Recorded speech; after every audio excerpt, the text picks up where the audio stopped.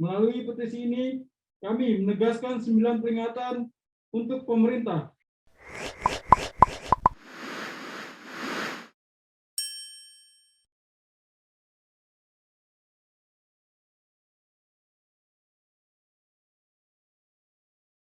Bismillahirrahmanirrahim. Assalamualaikum warahmatullahi wabarakatuh. Salam sejahtera untuk kita semua, penghuni planet bumi, dimanapun berada. Hari ini kami atas nama Ikatan Pelajar Muhammadiyah, Padrijo Muhammadiyah, dan Rumah Baca Komunitas akan menyampaikan atau melakukan virtual climate strike. Artinya kita sedang mendesak, mengupayakan bagaimana pihak-pihak yang punya kuasa, punya tangan-tangan kekuasaan yang bisa menghentikan laju kerusakan-kerusakan alam. Kita minta untuk melakukan itu, menggunakan kekuasaan itu untuk kebaikan, untuk semesta alam, menjadi rahmat bagi semua. Pada kesempatan hari ini, saya David Effendi dari Padrijo Muhammadiyah dan penggerak literasi akan menyampaikan 3 agenda hari ini. Yang pertama, pembacaan 9 peringatan untuk pemerintah, terutama Bapak Presiden, yang kita harapkan bisa melakukan tindakan-tindakan yang signifikan untuk mencegah kerusakan-kerusakan di bumi pertiwi ini. Akan dibaca oleh teman-teman pegiat aktivis dari IPM, Rumah Baca Komunitas, dan Padrijo Muhammadiyah. Yang kedua, kita akan membunyikan alarm tanda bahaya bahwa krisis iklim sedang terjadi di Indonesia sebagai peringatan, sebagai simbol. Semua orang harus punya perhatian yang serius terhadap gejala-gejala kerusakan alam atau bahkan sudah kenyataan di negara kita. Deforestasi, kerusakan akibat eksploitasi tambang, dan sebagainya. Baik, kita sebagai kelompok beriman, mari kita baca basmalah bersama-sama. Bismillahirrahmanirrahim untuk kegiatan pada siang hari ini. Berikutnya, pernyataan desakan dan 9 peringatan akan dibaca secara bergantian oleh 3 wakil dari komunitas atau organisasi, yang juga akan mempetisikan di jeng.org dalam waktu sesingkat-singkatnya setelah acara ini. Saya persilakan kepada para pembaca peringatan. Silakan. Bismillahirrahmanirrahim. 9 peringatan darurat lingkungan hidup Indonesia. Kebinasaan lingkungan sedang terjadi. Kebinasaan lingkungan sedang terjadi, tidak di masa depan, tapi sekarang, menit ini, detik ini, dan saat ini. Suhu panas bumi meningkat ekstrim. Dunia ambruk akibat krisis kesehatan. Pemerintah dan aparat penegak hukum kita mengkriminalisasi pejuang lingkungan. Para penolak pengerusakan hutan diseret ke penjara. Para penolak pencemaran tambang dilaporkan ke polisi. Aktivis pemerhati lingkungan diancam pencemaran nama baik. Petisi ini adalah suara darurat untuk menyelamatkan bumi, lingkungan, dan martabat kita sebagai manusia. Perlawanan terakhir kita melindungi tanah dan air yang kita tinggali dan menghidupi kita dari generasi ke generasi. Presiden Joko Widodo dan jajaran oligarki ekstraktif di pemerintahan, ini adalah petisi generasi yang mendengungkan peringatan. Melalui petisi ini, kami menegaskan 9 peringatan untuk pemerintah, terutama Presiden Joko Widodo dan jajaran pemerintah, kaum oligarki ekstraktif sebagai pengendali kekuasaan. Berikut 9 peringatan. 1. Stop penghancuran hutan. Menyandang status sebagai paru-paru dunia oleh negara-negara di dunia, lantas tak membuat kondisi hutan di Indonesia terbebas dari ancaman dan praktik deforestasi. Malah yang terjadi adalah pembesaran skala penghancuran dan pengerusakan hutan tanpa henti. Ganti presiden, ganti pemerintah. Ekosida hutan terus digalakkan. Hal ini disebabkan oleh banyak faktor seperti 1. Eksklusi hutan untuk perampasan paksa kayu. pemburuan hewan langka dan privatisasi lahan skala besar. 2. Pembongkaran hutan untuk perkebunan monokultur seperti sawit.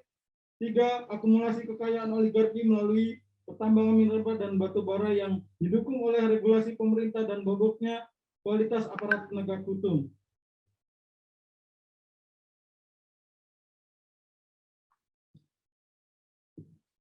Dua, hentikan eksklusi masyarakat adat dan pulihkan hutan. Komunitas masyarakat adat merupakan aktor yang berperan penting dalam pelestarian alam di Indonesia, terutama kekayaan hutan Indonesia. Tetapi, belakangan komunitas masyarakat adat di Indonesia semakin terancam dengan kehadiran berbagai perusahaan-perusahaan yang mencoba menggeserkan mereka dari ruang hidup hutan yang selama ini menopang kehidupan mereka. Untuk itu, pemerintah dituntut untuk lebih memperhatikan kehidupan dan keselamatan komunitas masyarakat adat yang ada di Indonesia dengan membatasi atau setidaknya menghentikan izin-izin korporasi yang membabat dan merusak hutan. 3. Stop bangun PLTU tolak batubara. PLTU batubara adalah mesin penebar maut bergerak seperti kutukan batu neraka. PLTU mengeluarkan polusi yang membunuh, meracuni udara, menyebabkan gangguan kesehatan, dan merugikan yang luas bagi sektor pertanian, perikanan, lingkungan, dan perekonomian masyarakat. Alih-alih membangun PLTU yang baru, seharusnya pemerintah menghentikan pembangunan pembangkitan listrik bertenaga batu bara tersebut. Menghirup udara yang bersih, segar, dan sehat adalah hak mendasar terpenting bagi manusia. Adalah suatu kewajiban bagi pemerintah Indonesia untuk memenuhi hak mendasar ini bagi rakyatnya. Stop bangun bendungan, pulihkan aliran sungai. Pembangunan selain menuai permasalahan sosial juga berimbas pada kondisi ekologi sungai. Pembangunan bendungan besar kerap menuai masalah, terutama terhadap keseimbangan alam. Proyek pembangunan bendungan besar juga menimbulkan kerusakan lingkungan yang sangat buruk, seperti menggelangkan hutan yang sangat luas, merubah struktur alamiah sungai, dan pengerusan biota sungai. Selain itu, pembangunan bendungan juga berdampak pada menurunnya kualitas air, menghambat aliran nutrien hingga lahan pertanian, menurun kesuburan di bagian hilir, dan menghambat ikan untuk melakukan migrasi, serta punahnya spesies ikan lokal. Melihat lebih banyaknya dampak negatif daripada dampak positif dalam pembangunan bendungan, maka pemerintah diminta teliti dan jeli dalam mengizinkan proyek pembangunan bendungan di Indonesia.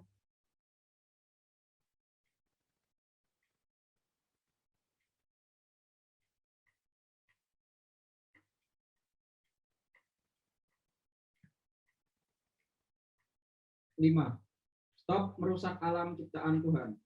Sebagai wakil Allah, manusia wajib untuk bisa merepresentasikan dirinya sesuai dengan sifat-sifat Allah.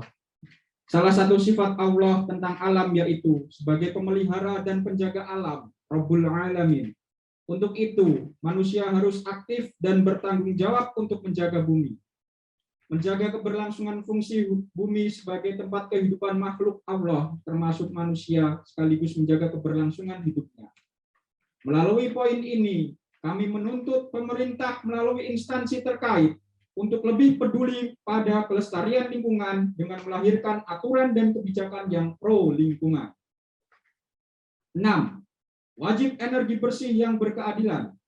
Dalam poin ke-7 Sustainable Development Goals tentang energi bersih dan terjangkau, disebutkan bahwa pembangunan ekonomi secara inklusif yang manfaatnya dapat dirasakan secara terus-menerus memerlukan pasokan energi yang terjangkau, andal, berkelanjutan, dan modern bagi semua.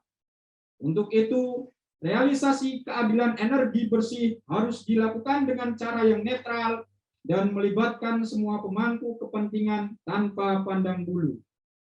Semua pihak yang berkepentingan, masyarakat Indonesia, seyogyanya dilibatkan dalam pengambilan keputusan dan partisipasi mereka harus diperhitungkan. Selain itu, kontribusi, keadilan dan transparansi pemerintah dan industri, serta pendekatan yang tepat dan penuh kehati-hatian juga diperlukan. 7. Stop rusak hutan dan stop cemari laut. Hentikan tambang nikel. Sekitar 70% kerusakan lingkungan di Indonesia disebabkan oleh operasi sektor pertambangan. Industri ekstraktif ini dengan mudah melabrak dan mengakali berbagai aturan yang bertentangan dengan kepentingannya, termasuk Undang-Undang Nomor 32 Tahun 2009 tentang Pengelolaan dan Perlindungan Lingkungan Hidup atau PPLH. Dengan masifnya izin pertambangan yang dikeluarkan oleh pemerintah, hal ini akan berdampak buruk bagi kelestarian hutan dan tak luput keanekaragaman hayati yang ada di dalamnya. Melihat kondisi ini, maka pihak pemerintah dituntut untuk mempertimbangkan izin pertambangan yang nantinya menambah parah kerusakan hutan yang terjadi di masa akan datang dan berorientasi kepentingan terbaik generasi mendatang.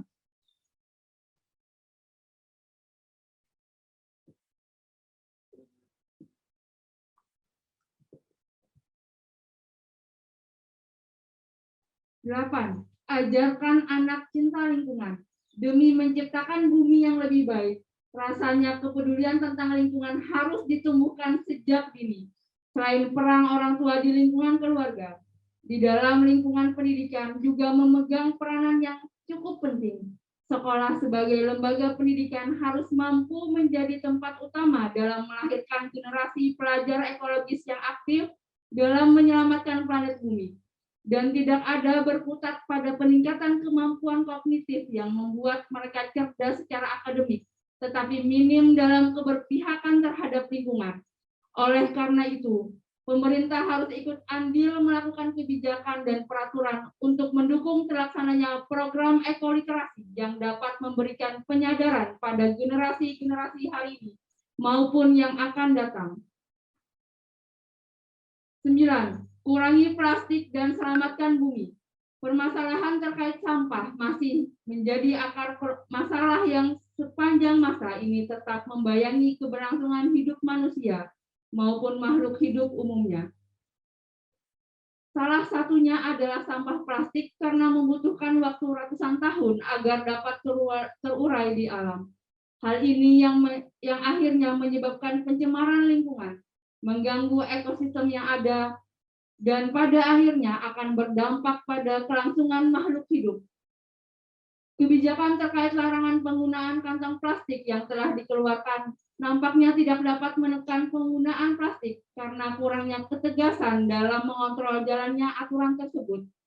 Pada poin ini, kami menuntut pihak pemerintah untuk lebih tegas dalam memerangi penggunaan plastik dan membatasi produk-produk berbahan plastik di Indonesia. Yogyakarta, 19 Oktober 2021. Kader Hijau Muhammadiyah, Ikatan Pelajar Muhammadiyah, Rumah Baca Komunitas Yogyakarta. Terima kasih. Demikian pembacaan petisi oleh teman-teman kolaborasi antara IPM, Ikatan Pelajar Muhammadiyah, KHM, Kader Hijau Muhammadiyah, dan RBK, Rumah Baca Komunitas. Mudah-mudahan petisi ini adalah bagian dari suara jernih, suara otentik dari generasi anak bangsa. Tentu saja kita akan terus bersama dengan pemerintah untuk bekerja keras dengan porsi, dengan kemampuan masing-masing untuk terlibat aktif di dalam mendorong terciptanya iklim yang kondusif bagi kehidupan, bukan hanya untuk manusia, tetapi juga untuk makhluk-makhluk yang lain. Kita semua diciptakan oleh Allah Subhanahu wa Ta'ala dan akan kembali mempertanggungjawabkan apa yang dilakukan oleh manusia. Terima kasih untuk semuanya. Kemudian yang kedua, kita akan membunyikan alarm sebagai tanda bahaya, sebagai simbol tanda ada krisis yang besar yang menerpa bumi yang kita cintai ini. Kepada petugas yang membunyikan suara secara virtual, kami persilakan. Nanti saya akan hitung untuk siap sirenenya. Ini adalah simbol kemarin sudah dilakukan oleh IPM untuk mendorong kesadaran krisis ya. Ada sign of crisis. Bumi kita tidak baik-baik saja, sehingga kita harus punya perasaan peduli, punya hasrat untuk berbuat demi mengurangi resiko-resiko atau mengendalikan problem-problem yang semakin menjadi-jadi. Oke, kemudian sebelum sirine dilakukan, petisi IPM bersama KM dan RBK sudah meluncur di website change.org, dan kita berharap semua orang yang punya rasa kepedulian akan menandatangani dan memberikan dukungan, men-share, karena ini adalah bagian dari bukti kecintaan kita terhadap bangsa Indonesia. Oke. Ya, saya hitung, karena di change.org sudah muncul, kita bunyikan tanda bahaya dalam beberapa detik. Oke, kita hitung mundur. 5, 4, 3, 2, 1. Ya, ini adalah sirene tanda bahaya.